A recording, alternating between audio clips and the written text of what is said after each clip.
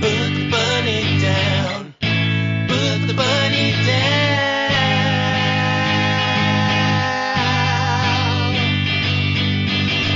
Put the bunny down. Put the bunny down.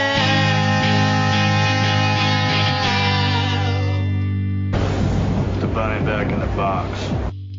Hello and welcome to Con Air, the podcast. I am Mark Carwash Hoffmeyer. Is that how he says it? You keep on picking the same one I'm going to every bloody... And I am Jay Hillbilly Cluett, welcoming you aboard to Con Air Chapter 19, where Mark and I are flying through the Con Air chapter by chapter, scene by scene. And we're up to Chapter 19. What happens in Chapter 19 of Con Air? Well, Cyrus informs the passengers of the jailbird they will soon be crossing the border to Mexico, but first they need to change planes. Swamp Thing, however, alerts them that they are dragging, baby, so Cyrus sends Diamond Dog to check on the landing gear, and Poe is recruited to help.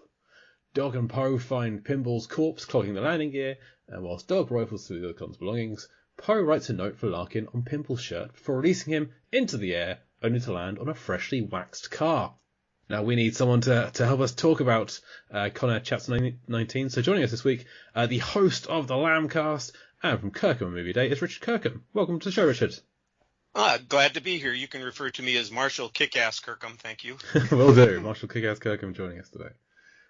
Marshall Kickass Kirkham.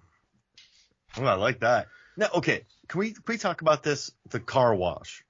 Wash. The beige Volvo is introduced, which is wonderful. We can talk about that later, but car wash. I've heard that. People have said that before. I get it. It's a Midwestern thing. I was going to say it's a regional thing. Yeah, it's a regional thing. I've used it for an example in class lots of times when I was teaching the public speaking class and we talk about pronunciation, and I said, and the world is full of people who put R's in places where it doesn't exist or leave R's out of it when it does exist. So it's not February, it's February. And it's not wash, it's wash. So what about when people say yesterday? Because I know people who leave the R out of yesterday. Yeah, that happens. Yeah. I mean, it's all regional. I'm not making fun of it. It's just hearing car wash. I was like, whoa, what's this? Is it a Missouri thing? Because that's where the actor Don S. Davis is from Aurora, Missouri. Which is a lot of R's to have for someone who puts more R's in other letters. Is from Aurora, Missouri. Well, it could be a Texas thing, too. I haven't heard anybody here say it, but my father-in-law, when he was alive, I heard him talk about washing the car. Oh, got it. How do y'all say tour? Tour. Okay, because sometimes people go tour. Like two R's? Yeah, like a large U. Not a W, a large U. Like TWOUR, tour. Tour. I mean, it's all, once again, I'm saying this over and over. Yeah. It's all regional, but that apparently, just yeah. I say towel and salad, weirdly, apparently. So towel? I say towel, bottle, and salad. Oddly, my wife always makes fun of me saying bottle. I feel like I'm in Love Actually. Chapter of Love Actually. Yeah. Chris Marshall in the bar. Bottle, table, straw. That's how I talk. Is that why you were dancing before this, Jay? You were like going full Hugh Grant before this episode started. All the time. I was jump in for your love. Can we talk about the fact that they wrecked about 7 cars for a dead body gag? There's a 4-car pileup. A completely desiccated dead body just crushes a beige Volvo. Yes, Pimble is definitely dead now. We weren't sure at what point Pimble died. It was definitely before this chapter. Yeah, they get rear-ended. And then they get T-boned on both sides. And the guy's like, the guy really did nothing wrong. He's like, I cleaned my car, I waxed it, and a bird poops on it. Like it's not like he did anything bad, and then the car just smacked. Okay, imagine there's a guy. We are going to talk about the bird poop in a minute, by the way. Okay. Imagine if there's a guy in. Oh, I would love to be the person who dropped that bird poop, by the way, because I used to do art department. I used to like pour coffee in people's cups, and like it was fun doing that kind of crap, but not literal crap. But that'd be funny if Pinball landed on a canoe and just catapulted. It's like, on one end of it, so it really like pings up in the air. We're back to your catapults again. Just imagine that. Like you're hanging out with somebody. You're like, why is that guy canoeing by himself? Why is that person canoeing by themselves? And all of a sudden, Pinball just lands on it, and the person gets jettisoned. Just perfectly relax, Canoe. Just, I mean, it's good that the car was parked and then just going and it hit. Yeah. Because that could have been really terrible. In the script, it's supposed to ram into a livestock trailer. So it could have been worse. It could have been like live animals involved. I can understand why they cut it, because that's just more expense. And my immediate thought was, like in Back to the Future running into a truck of manure. Yeah. You got to save the excessive stuff for the end of the film. You can't, shoot your wad here in the middle. Absolutely. He lands on a reactor and just blows up an entire facility. You're just like the record of all explosions that Spectre couldn't even beat happens in Con Air when Pinball lands on a power grid that just blows up. That's a quarter mile long. What if he lands? Okay, he lands in a construction site where there is a beam with like a big, really bright orange weight on one side of it. He lands and it flies up in the air. We don't see it. End of the film. Cyrus, car chase.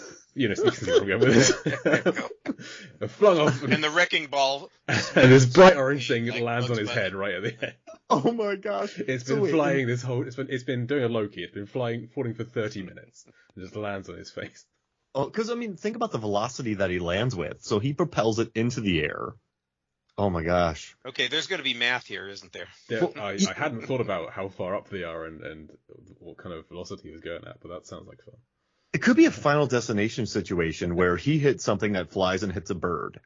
And like the bird gets injured, then the bird falls, and the bird lands on a car that bumps into something else. And then just a chain reaction of Final Destination things leads to Cyrus the Virus getting smushed. I hadn't considered that Con Air could be a Final Destination sequel or prequel, I guess, because it's 97.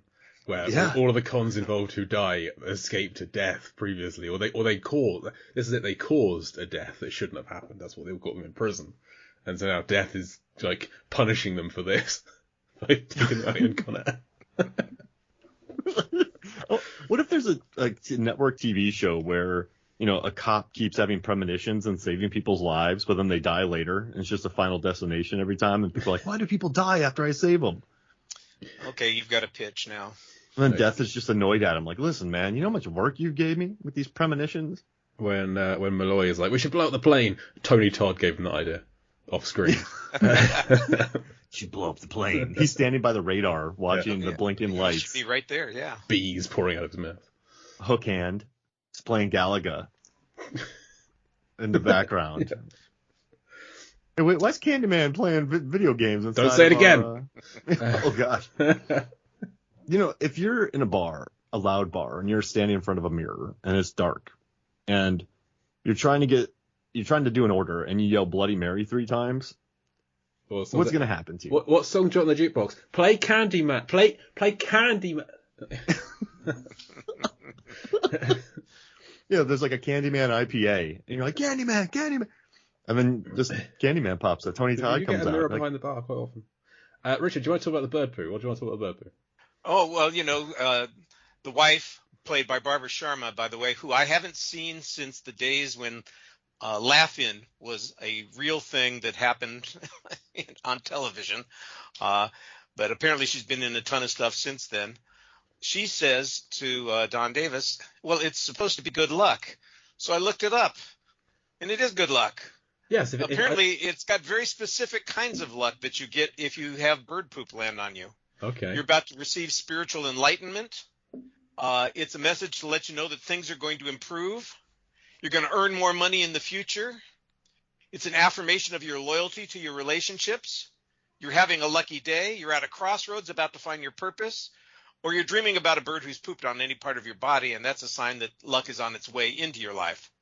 But if you're Catholic, if a bird deposits droppings on you, it's good luck coming to your way. Turkish tradition indicates that having bird dropping on any part of your body is really good luck. Italian traditions say the same thing, that when you're hit by bird poop, God's decided that, good fortune should come your way. And in Hindu tradition, they have a multifaceted approach. When a bird deposits its droppings on you, in Hinduism, if a pigeon poops on you, then it's definitely a sign of good luck. If, however, a crow poops on you, it's a sign of bad luck, and sometimes a sign of your own spiritual awakening.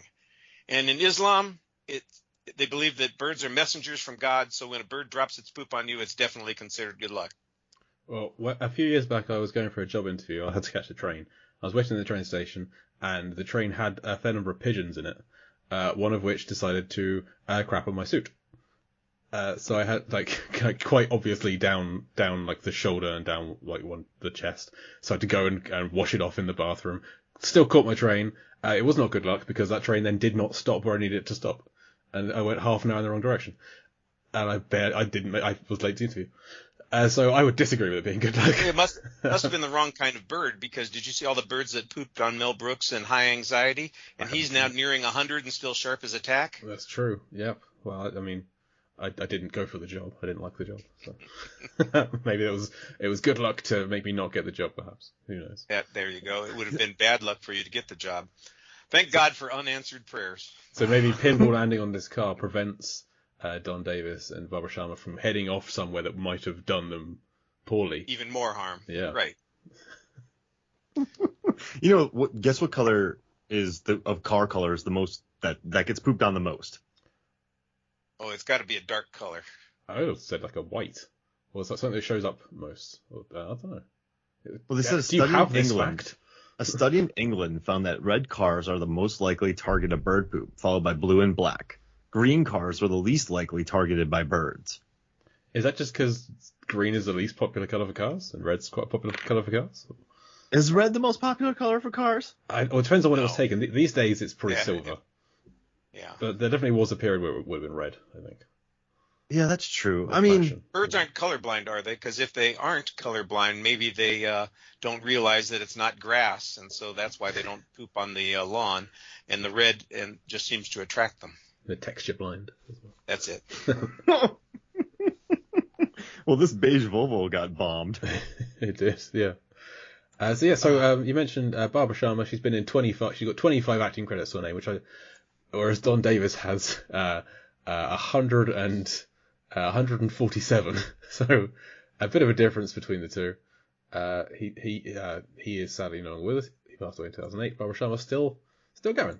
But when Don Davis passed, I think there was still something like 7 things were released after he passed. So he was working up to the day that he but he's been in Stargate SG-1. He's been in Twin Peaks. He's got quite a pivotal role in, apparently. Twin Peaks is the one I remembered him most from. Major Briggs, yes. Yeah. He's Bobby Briggs' dad. He's been in a lot of things. He's in the Stakeout movie. Okay, are you looking for a reason to talk about West Wing? Because he was also in the West Wing. Never need a reason to talk about it. He does some good sci-fi movies beyond Loch Ness, Vipers. He's in Cliffhanger. No, he's not. He's in Cliffhanger. Dick Lucy favorite. When? What's he doing? I'm pulling it up now. He was character Stuart. That narrows it down. Yep. Oh, Stewart. Oh, okay. Yeah, I know that one. Yeah. Oh, Stewie. He's the guy that Sylvester Stallone gave his really large flannel. He got tired of it, and he handed the flannel to Stewie and gave it to him. Find a picture of him. But while you're searching that, I just want to say we've watched a lot of this movie, and it's finally nice just watching Diamond Dog have a little fun. Like, he's just calling him hillbilly, he's pointing his gun, he's rifling through stuff, he's delegating work down, which I do. And no, I like watching Ving Rhames stuff. Okay, do you think Diamond Dog likes Cameron Poe? I don't think Diamond Dog likes anybody, but he likes to pretend that he likes people. Oh, but you no respect for Cameron, who kind of he's like, why are you here? Like, I feel like if there was a power index of whom he dislikes the least, do you think Cameron Poe would be there? Well, if he's having a psychic memory of the previous hillbilly boy that he encountered, he's probably not going to be very happy with Cameron Poe. Oh, that's fair. Oh yeah. Yes, Pulp Fiction. Okay.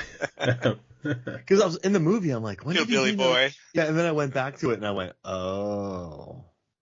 And by the way, technically, Poe's not a hillbilly. No, because he's a Southern boy. He's from Alabama. Because I would say more like Arkansas. Yeah, hillbillies are from the Appalachians. Yeah, what is it? Poe would be a cracker. Yeah, he's not really. Yeah, Alabama. Yeah, there's not too many hillbillies. See, that'd be funny if he said that. That's the conversation I want in this movie, where they just have Poe a whole could talk. have corrected him and said, "Your vernacular is inaccurate, sir." technically, I'm a cracker, not a hillbilly. But that's perfect for 90s stylish dialogue. Like I picture Christopher Walken telling somebody that in True Romance or Pulp Fiction. Yeah, they could get away with it. Yeah. Just defining what is that. Or, Christoph Waltz in Inglourious Bastards. Mm-hmm. Not even necessary, but I just want to hear it now. I cannot find out who Stuart is in Cliffhanger. He's not mentioned on the Wikipedia page. There's no pictures of him. Unless he's a guy on a helicopter, but I'm not sure. So, not a pivotal role. By the way, Don S. Davis is in Cliffhanger, which has been covered over on Deep Blue Sea, the podcast. And on Movies, Films, and Flicks, I think. But apparently he wasn't referred to in the podcast? No, he was not. How would Christoph Waltz do as Cyrus the Virus? I think he'd have been excellent. Yeah. I think it would have worked really well. That would have been good. Yeah, I can see that. Yeah. I first thought you said Christopher Walken, which would have been less good. Oh my god. Differently good. Different. Differently good. It would be good, but different in a completely He's wrong way. More of a Garland Green, I think. See, what we have here is a plane full of convicts that's in the air. It's crazy. We're going to the airfield to escape. Do it as Garland Green, talking about wearing somebody's head for 3 states. Oh, he would have danced with the little girl rather than sung. It was crazy. Yes, there you go. I once danced for through 3 states. Wait, I just went to like a Russian accent. I've been watching Rounders. That's why I did an episode about Rounders, and I was reminded of Teddy KGB's Russian accent through John Malkovich. And he showed up for 5 days on Rounders, and he was really prepared. He had a tape deck. He had someone record all of his lines. So when he busted out on set, everybody on set was like, should we talk to him? Like, is this too much? Should we have an intervention with John Malkovich, like one of the finest actors on the planet? Then eventually they just went, nah, like whatever, he's fine. But yeah, that Teddy KGB, it makes me so happy. Just makes me so happy to learn that Malkovich just showed up on set for 5 days on Rounders and just owned the entire movie. He should use that accent for this movie. Yeah, I mean, like he's an executioner for the Russian mob. Yeah. There you go, and it would have worked really well. Just that same one, too. I give him his money. There's no bad Russian accents in this movie, isn't it? Which is rare for a 90s film. Like Armageddon. Like all these movies were busting out like really interesting. Air Force One. So that was the same year as Air Force One, which would have been too similar, I think, with a plane being taken over by a Russian terrorist. But that's interesting. When movies in the air in the 90s had a lot of Russian like Armageddon, Air Force One. These are all American films for some reason. Ray Liotta in Turbulence should have had a Russian accent. Wasn't Halle Berry in that? She could have done the Russian accent. Oh, that was the one where he was a serial killer and he was chasing Lauren Holly around. She was an Executive Decision. Oh, okay. I knew it was one of those. Man, they should have who should have had the Halle Berry? Or was it Passenger 57? That was Wesley Snipes. Was she in Passenger 57? Isn't Liz Hurley in that one as well? Well, she was in The Last Boy Scout. Wait, but Liz isn't Hurley? Halle Berry isn't she a good guy? A good just character? give her a Russian accent. She can be but a good Russian. If you want it to be a bad, like Liz Hurley, I think was Okay. she a bad? It's been ages since Wait. 57. Turbulence? No, Passenger 57. Oh, okay. We're at cross purposes. There were so many movies in the air in the 90s. Just like, also there was Terminal Velocity. There was Drop Zone. Yeah, those are good examples. Yeah. Although there's Like not a plane in Terminal Velocity. Not Terminal Velocity. I was thinking of the other one, Vertical Limit. Oh. That was just high. It's got no plane in it. And there's Australian accents in that one. Oh, gosh. And Bill Paxton, my homeboy. Yeah, hell yeah. That movie starts off pretty gnarly. Oh, yeah, you're right. It's Tom Sizemore, Elizabeth Hurley, and Passenger 57. I forgot Sizemore was in there, but I rarely forget Liz Hurley's in a film.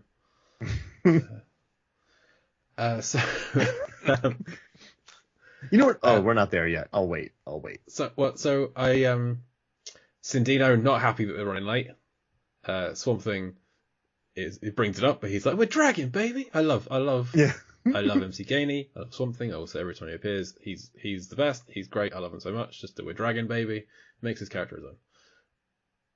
And just I just love Cyrus telling Diamond Dogs. It's like learn. Like, what do I know about planning? Yeah, what do I know about? Well, by the way, I wasn't sure exactly how to participate in this podcast, I listened to several episodes and said, "Oh, there's no rhyme or reason. There's no structure. This is ADD for podcast consumption, which is perfectly fine with me." But I did look up drag equations to try and figure out how it is that they knew that they were traveling whatever it was, 28 miles an hour less by air than they needed to be to reach the rendezvous point at the appropriate spot 71 minutes away. And I'm going, that Swamp Thing, man, he is really sharp. He can do all those calculations in his head without any computer assistance whatsoever. Well, I think it's probably less technical than you might think, because he probably knows that plane is supposed, like, that kind of plane, size, type, etc., is supposed to be able to do 220 miles an hour, but he's gonna have a gauge that says 205. So I don't think he's quite working out the drag. He just knows that something is dragging them.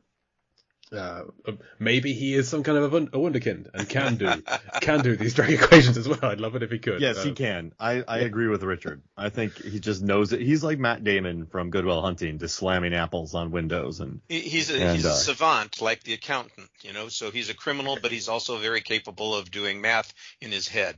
Wait, is he a hitman too? We don't know. Something's a nickname he got from MIT. There you go. That's it. He just looks like MC Gainey. He actually is like a... Because the swamp was a lab in the basement of one of those dorms, and that's where all of the kids from Real Genius hung out. Maybe he went to UF before going to the next college, and they have the swamp there. I mean, maybe Swamp Thing developed Gatorade. So Cyrus's cell had a bomb in its blow up, and Swamp Thing's cell is currently filling up with popcorn as we speak. That's it. A real genius in people. Yeah. That'd be funny if he's like, "Hey, we gotta make a stop," and he bumps a laser that then shoots into his cell and then just explodes. How high are they flying to bump a laser? He knows. Like, Swamp Thing knows. He's like, "Listen, take a left. I know where there's a good laser over here." And he just hits it with the wing. That's how good he is. They should make Swamp Thing that good in this movie. Speaking of elevation, because you asked how high are they flying, let's talk about Pinball, because I thought at first that he was the victim of hypothermia, but it appears that maybe he was merely crushed by the wheel, although he does have a rictus kind of grin that suggests freezing. I think he got trapped and has kind of frozen since then. In the script, it's a hell of a lot worse. In the script, it describes him as being pretzeled around the landing gear, and Cameron Poe has to unpretzel him. Oof, so he gets it followed. Yeah, and he can't. He's having to give Pinball's body a good kicking, and he does it so much that he falls out of the plane. So he's doing like a Tom Cruise. That's an extra 5-minute scene. But that's going to cost a lot of money to do. And he's hanging out of the plane. He's going to fall down, but Diamond Dog saves him. Diamond Dog grabs him by the ankle and pulls him in, which that would then change every interaction these two have going on, because in future scenes they're arguing, they're in each other's faces, they're stopping each other from killing people. And if Diamond Dog had saved Cameron's life minutes earlier, that would put a different spin on it, I think. So I'm glad they took that out, but also saved a lot of money. Wait. So Cameron Poe is just jumping on Pinball. Yeah, he's kicking him. Knocked out. And he goes through the landing gear hole. Slip Pickens trying to get the bomb out in. Yeah, exactly. He doesn't ride Pinball all the way down. That would be. It's more like he on the final dislodge when Pinball comes loose. Cameron just kind of goes too far and ends up hanging out of the plane. Jeez Louise. But that's an expensive shoot to add. But he'd have beaten Tom Cruise to it by a dozen years. What happened to Richard? Well, he was on a prison transport, and he was kicking a body out of the bottom of the plane, but then he got too vigorous with it, and he went out. He landed in Fresno. Which is the 35th largest city in the country. Okay. So I was looking on a map as to where Fresno is. Apparently, it's in California. Didn't know. Yes. I know you're from. You've recently left California, Richard. But looking at where Carson City is and roughly where the fictional airfield of Lerner would be, Fresno doesn't seem to be en route.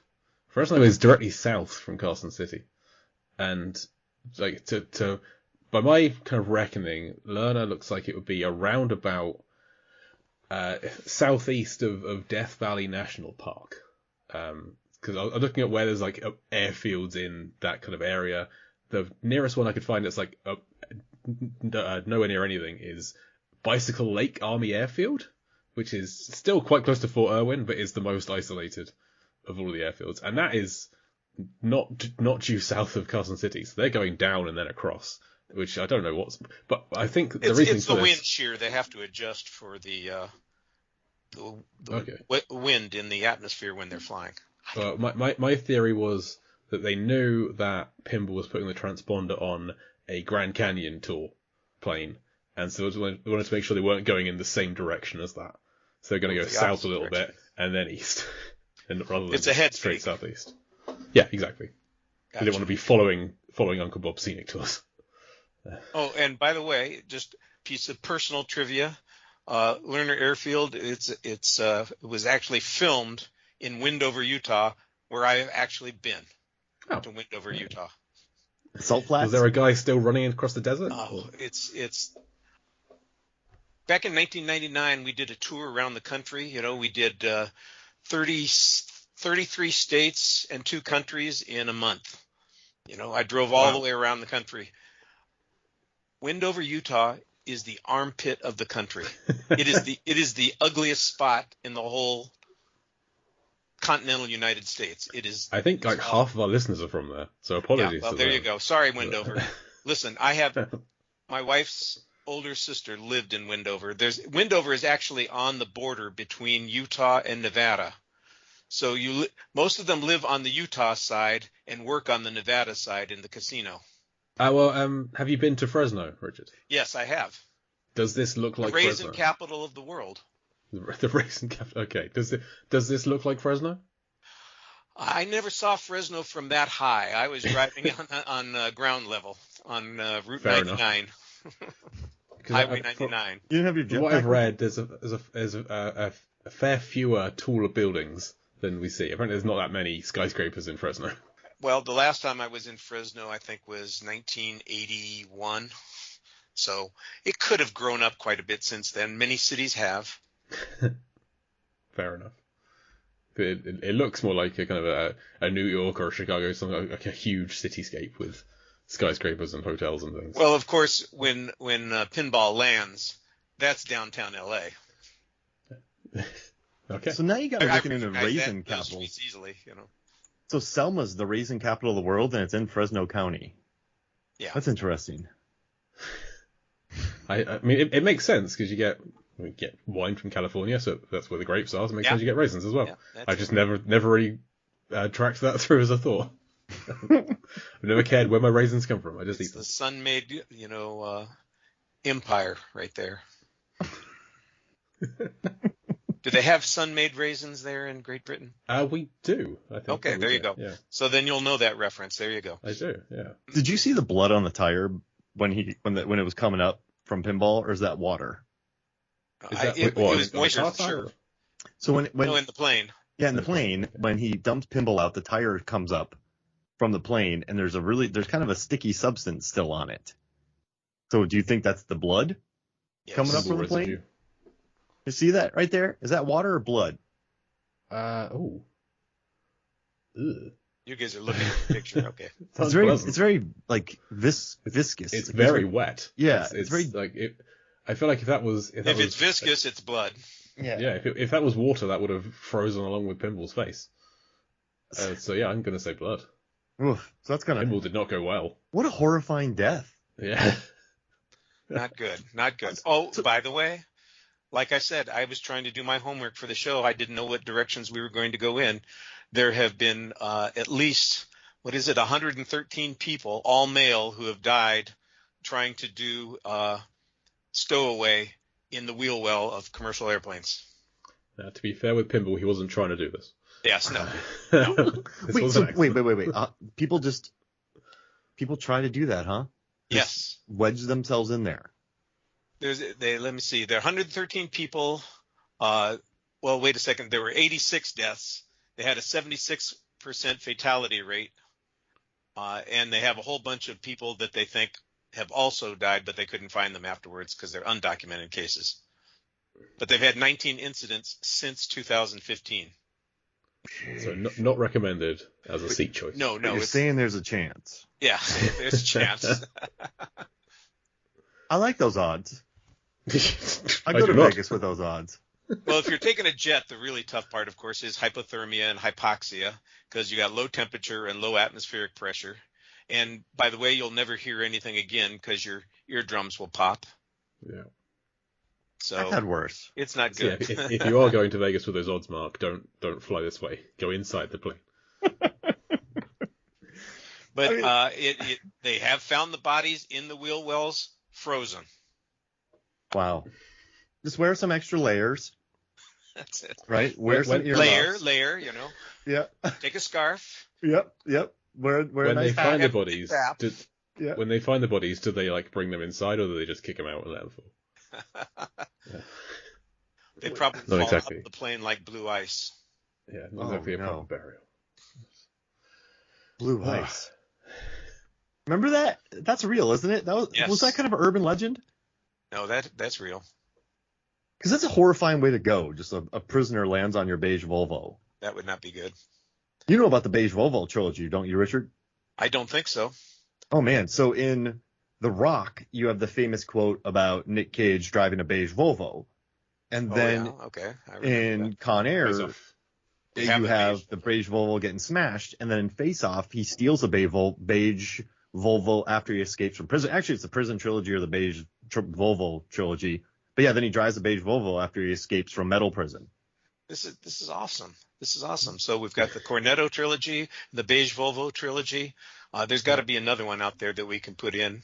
I'm thinking of new projects for the Lambcast in the spring.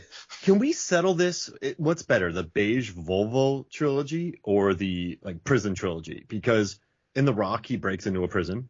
In Con Air, he escapes a prison. And in Face Off, Con he Air, escapes Face Off. Face Off, he escapes from a prison. And then in Con Air, he's on a prison plane. Are there any other Nick Cage prison films? Is it just those three? There have to be. Let me look. Because I just watched all these. I was going to say, just cast in my back fairly recently. Let's see. Not Ghost Rider. Let's see. Ghost Rider, he escaped. No, or I mean, Drive Angry, he escapes from hell. Yeah, No, he not escapes Which from is hell. a prison for souls. Yeah. Let's see. Moonstruck, No Jail, Drive Angry, Prison for Souls. Well, in Raising Arizona, he's in prison. Oh yeah, but he's in prison. Yeah, That's it. but he goes in, but he gets released, and it's his friends who escape. City of Angels, he escapes immortality. Season of the Witch, he has Claire Foy in a little jail cell that they rollick around the forest. In World Trade Center, he's kind of trapped under rubble. Going in 60 seconds, he is ex-con, but he's not actually in prison at any point. Prisoner of Matchstick Ghostland. Man? Prisoner of Ghostland, you never really see him in prison. He just gets delivered, but then he gets put in an explosive suit and his testicles explode. Oh, Wild at Yep. Heart. Happens. There's some jail in Wild at Heart. Yeah, he gets out of jail in Wild. Yeah. What about Matchstick Man? Is he in prison at any point in Matchstick Man? I don't think so. Doesn't he get burnt and then he gets left without his money? Then he works at a carpet place and has a baby. I like I the can't generous remember. interpretation that you have of prison movies here. That's how I can now see how so many of those films are Deep Blue Sea adjacent. Like Sometimes next, you just need to have the word deep in the title and we'll cover it. let's see. Color Out of Space, no prison. A Score to Settle, no. Between World, Joe, he's not in prison. I think Army of One. I think he gets detained in Army of One. So there's not a prison in Prisoners of the Ghostland. Well, so he gets arrested for killing people, but then they just take him out of it, and then they have him go on a mission. But he's stuck in a suit that can blow up his stuff. Okay. Let's see. Bangkok okay. Dangerous. So the Beige Volvo trilogy is the main three. Yeah. There are some others that are a little bit here and there. Okay. Well, now I got to look and see if there's a beige Volvo in any of his other movies. That's my next data post. If it's only in the ones that feature prisons even briefly, then I love it so much. I mean, Trapped in Paradise, he's stuck in a town. Willy's Wonderland. He's stuck in Willy's Wonderland. Being stuck somewhere doesn't make it a prison, I think. I mean, of like, of your own making. Wait, doesn't even make Primal, sense. he's stuck on a boat. Yeah. The boy in blue, he's a rower, but you guys got to watch the trailer for that. Oh my gosh. So yeah, I mean, we got there. We got that. Okay. I still wish pinball landed on a canoe. Would that just break the canoe in half, or would that send somebody flying? I think it Richard. depends where it lands. I guess. No, it would definitely send somebody flying. Didn't that happen in Young Frankenstein? No, it wasn't the canoe. It was the teeter-totter. Oh, But it would have that same effect if you hit it in the right spot. yeah. I like that.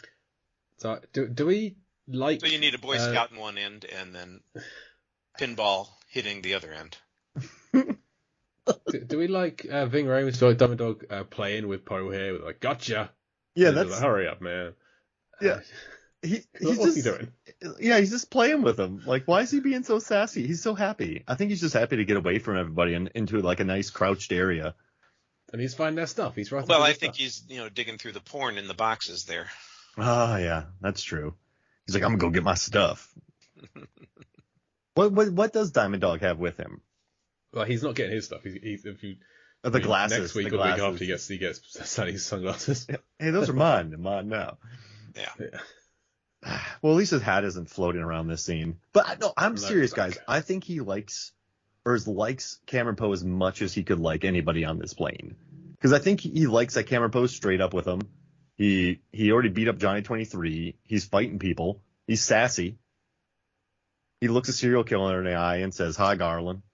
Like he's stone cold. Cameron Poe is very polite. He's a good listener, and that's what Diamond Dog needs. He needs somebody to listen. Oh, that's a great point. No, But when Poe went in to kind of ask Cyrus where they were going when he went into the cockpit a couple of weeks ago, Dog was antagonistic towards him then. Like, what do you want? Like, so I don't know. Maybe he didn't like it. He kind of ebbs and flows. Sometimes he does, sometimes he doesn't. He's mercurial. Is Diamond Dog? he's a moody guy. Let him be. Now, okay, can we do some power rankings? Richard, you've been tasked with going and ditching a body out of the bottom of the plane. Which of the prisoners on the plane are you going to take with you? So you have all of them available. Oh. And how many do I get to take with me? Just one. Just Based one. on who's in the plane right now. Oh, geez. Who would So be you most can't have the useful? dead ones. They're popular. Yeah. Well, the most useful one for me to be taking, I guess, would be Swamp Thing because I could hijack another plane Ooh. Sensible. Yeah. and get to where I needed to go. And he seems like he's resourceful. He's a nice guy. Yeah, well, I don't know. He's a nice guy, but he's definitely resourceful, and he's relatively bright because he understands the technology that he's dealing with. If I was stealing a car, I could drive it myself, but if I'm stealing a plane, I'm going to need somebody to help me, and that would be my options. We have proof from MC Gainey that Swamp Thing is a nice guy because he said in an interview that he was a nice guy. he didn't get in anyone's way. He just kind of got on with it and just had some fun. MC Gainey's great. This is his favorite role apparently that he's played. And I can see why. I think Club Dread should be his favorite role. Someone's always got a crap in the apple pie. What a great line. No, Takes up with him. his best role, Happy Sideways. Texas. Oh, Happy Texas. Happy Texas. What's Happy Texas? Wait, Was you that don't the know one with Happy Steve Texas? Zahn that got Yes, bought? Steve Zahn and what's the English guy's name? It got bought at Sundance for what, $40 million? Richard E. Grant. Richard E. Grant. Not Richard E. I'm just Grant. guessing an English guy. Jeremy Northam. Jeremy Northam. Wait, I want to see Richard E. Grant in this movie. I don't even know what it is yet. I've never heard of Happy Texas. I've heard of Paris, Texas. I've heard of Happy Gilmore. Hey, you can look up Happy Texas. Happy on Death my Day? site. That's one of those movies I want everyone to see. I see. Okay, I will do that. I will eventually see it. Have you seen Happy Death Day, Jay? I have. Are you a fan? I don't like it as much as you do. Oh. I like it well enough, but It doesn't make you as happy as it makes Mark. I like that the main character's name is Tree, and in this one, Nicolas Cage is like, I'm gonna go down there, I'm gonna see some pretty stuff, like trees. Like trees and stuff. Trees and stuff. I think that Great cast. I just tied together Happy Death Day with Con Air. Happy Con Air Day, where she's on the plane reliving it every day. Yeah, that would be fun. Just to take But out. she'd have got off at Carson City, I think. Yeah, exactly. No, but it is nice seeing in this scene. It was just nice seeing Ving Rhames be happy. Like he's just playing games down there. There's some levity, and I kept wanting like Cameron Poe though to write something like "I loved you and say anything," or $2. Tell Joan I said hi. Yeah. I loved you in the Grifters. Like just something like that to Larkin. What do you? I saw your suit. It's terrible. How's the sandals? Don't get in the hot tub.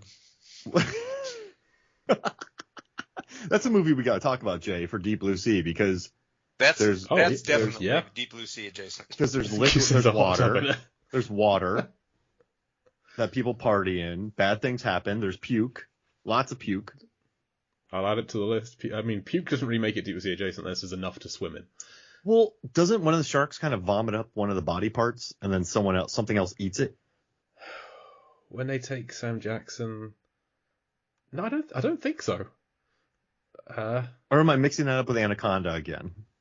You're mixing that with Piranha. Oh yeah. What a movie! Oh man. Yeah. Piranha 3D. Richard, Yes. Wonderful. that movie's beautiful. I love Piranha 3D, and I really like Piranha 3 Double D. They're- Although I know people hate it. They are unapologetically yes, we do. violent and just And vile. and like Alejandro Aja just relishes in everything. Like the vibe that he was able to achieve on Piranha 3D and just the sheer violence in 90 minutes. What a movie. Yes. Have you seen Crawl? Yes, love Crawl. Okay, good. Love those creature features. Oh, and then Oxygen. It's kind of like a Con Air movie. Melanie Also Lawrence great. stuck in an oxygen pod trying to survive. Excellent. Yeah, watch it. She's a beast. Fantastic. Oxygen, okay. Yeah, So- Melanie Lawrence from So Inglourious there's- Bastards. The song playing when Pinball is descending Good. I knew it was going to come up. is Theme from a Summer Place Yes. from the film A Summer Summer Place. Place in 1959. The song is by, although this isn't actually the main theme from A Summer Place.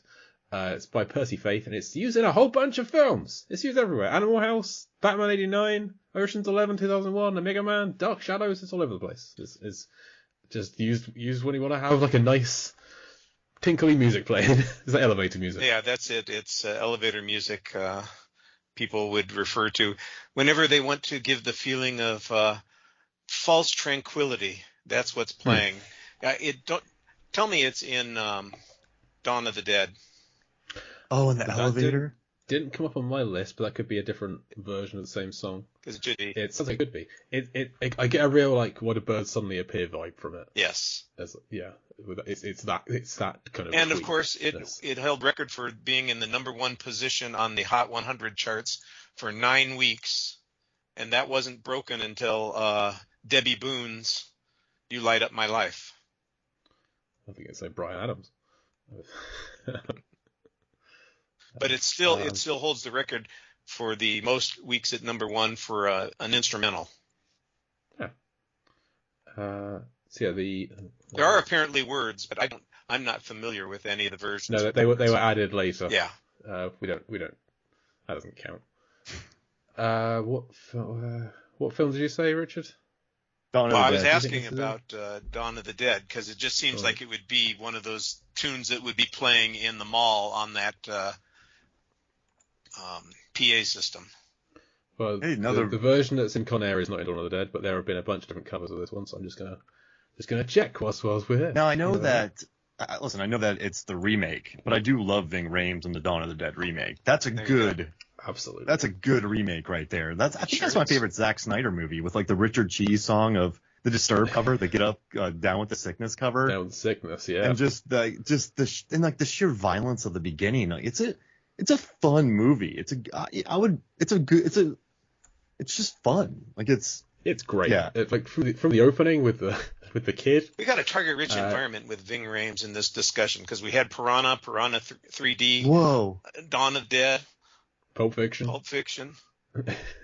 And he does a lot of plane gags in the Mission Impossible movies with Tom Cruise. So I mean, oh yeah, he's in Piranha. He gets his legs bit off in Piranha 3D. Yeah.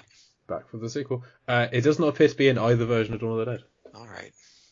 Unless You know, it's he's not listed also- on IMDb. He's also in The People Under the Stairs, which I realized. Oh, fantastic film. Former movie of the month. Everyone on that podcast. Have you He's seen also him with in- hair and Dave? No, but No, I don't think he's ever had hair. I in don't Flight believe of the Intruder, 1991, he has hair. it. Nope. Refuse to believe it. Some people were born bald. Ving Rhames is amongst them. Wait, did you just... He's never had hair. Vin Diesel's never had hair. Like, well, the cast of Fast and Furious never had hair. Any of them? Malkovich? Jason Statham, no one. Yeah, Malkovich has definitely never had hair, even though he has. No, never. He had Larry Fine hair. Very fine. Oh, man. But yeah. Dawn of the Dead. Wonderful movie. So, this isn't one of those moments where they actually have Dave Chappelle lying there, pretending to be dead and written on. Oh, it's They've bad. made a Dave Chappelle mannequin, It's really bad. but it's also it exists somewhere, and that somewhere is not in my house. There should be a which is museum problem. someplace displaying it. It may well be on display somewhere. I couldn't find where it is. Madame Tussauds. But by the way, I do Two think the plane, the model of the plane is on display at Wendover Airport. Oh, it is. Yeah, I didn't see it when I was there, but it's there. that's what I hear. Oh, man. It would be great if they had Dave Chappelle's model in the wheel well. If they had the beige Volvo there as well. Yes, that would be perfect. Just pristine smashed. I would drive back Yeah. to Wendover just to see that. Would they allow you now after those comments? Maybe not. I might be banned. That's a really good, like, oh man, what a great practical gag though. But they took over an entire, gosh, this is, you know what though? This is a really good lesson in screenwriting because the original he lands on like a poultry bus. It's Cattle still truck on or a car, but it was gonna crash To a into. cattle truck. He was gonna land on a car, and that car crashed into a livestock trailer. Jeez, wait. So if you're writing a screenplay, just write a gigantic scene, like it lands on this, so then you can get to this because they still paid a lot of money to wreck a bunch of cars in the middle of a downtown with a bunch of gags just for Pinball to land on it. And there's the quintessential lonely tire bouncing away at the end, which every pileup needs to end with. So I'm happy they got that. Lonely beginning of Tire the movie. movies. Have you seen Rubber? Yeah, exactly. Have you watched the recent one, Mandibles? Have you watched that movie? No. These two idiots like get this large fly, and then they end up like staying at these people's house for the night, and they're just a bunch of morons, and they just have this giant fly that kills somebody, and they're just complete idiots. You should watch it if you liked Rubber. I wanted to like Rubber so much more than I did. Rubber is a film I haven't seen, but I have recommended to a bunch of people that haven't forgiven me. So, Did you just do that to be cruel? It should be Yeah. so much fun, but it's basically the French making fun of all of us being film fans. It's like, people come to me saying, recommend me something different, something I haven't seen before. I was like, Rubber, it's on Prime, watch it. And That's how you The want tire these that can friends. cause you to blow up with its mind. yeah. Hey, they hadn't seen that before. I fulfilled the brief. Yes. They should remake it here and call it Goodyear. What do you think? Michelin Mind. Yeah. Mitchell and Toyo tires. There you go. Oh man, but no, I mean, Pinball's done. Let's see, Swamp Thing's the MVP. Ving Rhames is having fun. This is a good chapter, and it's also setting up a crouch fight, which makes me very happy. Yeah. We have an upcoming. I really crouch like fight. the shots just looking down the belly of the plane, just like that nice, the kind of the perspective of it. Then we get the That's it. foreshadowing with the smiley face on the Yeah. box there at the end. So we know that somebody's going to be digging that out soon. Oh yeah, Chekhov's smiley face. That's it. That's the second time we've seen it because then Baby O slaps it on there, and then he has that. Oh man. If we ever get to the point where this podcast has merch that we send out, every package is going to have a smiley face sticker on it. Oh. We'll never get to that point, but if we were to. Jay, what's our That's first something we shirt? could do. Oh God. Why do I have to do this? I like just Nick Cage doing a pull up. Just in prison, just doing License pull-ups. plate. Cameron Poe's Prison Gym. You could have like a ringer T-shirt and have his arms kind of around the ring of the neck and then pulling himself up. Does that make sense? Or it could be like you get those gym like logo shirts. It could be like Cameron Poe's Prison Gym. Kind of him doing a pull-up. You got a pull-up silhouette. No image of Cameron himself. Just the hair and the wife beater shirt. Oh, or call Meanie just pointing through you. Yeah. It was like back in the 90s in the United States, it was really popular for sports teams to have shirts where in the back, it's like you see the character's butt. And then in the front, it's like it bursts through something. So you see the front of the character, if that makes sense. So you have that. And like, that should be like, it's like bursting through a T-shirt. Yeah, that should be Call Meanie. Yeah. Just poking, like he's kind of doing a Porky Pig at the end of. He's kind of fucking pointing at us. Yeah. Looking angry. And just saying, that's all, folks. But somehow Irish, a little bit. Where's the car wash? That's oil, folks. That's oil, folks. Yeah.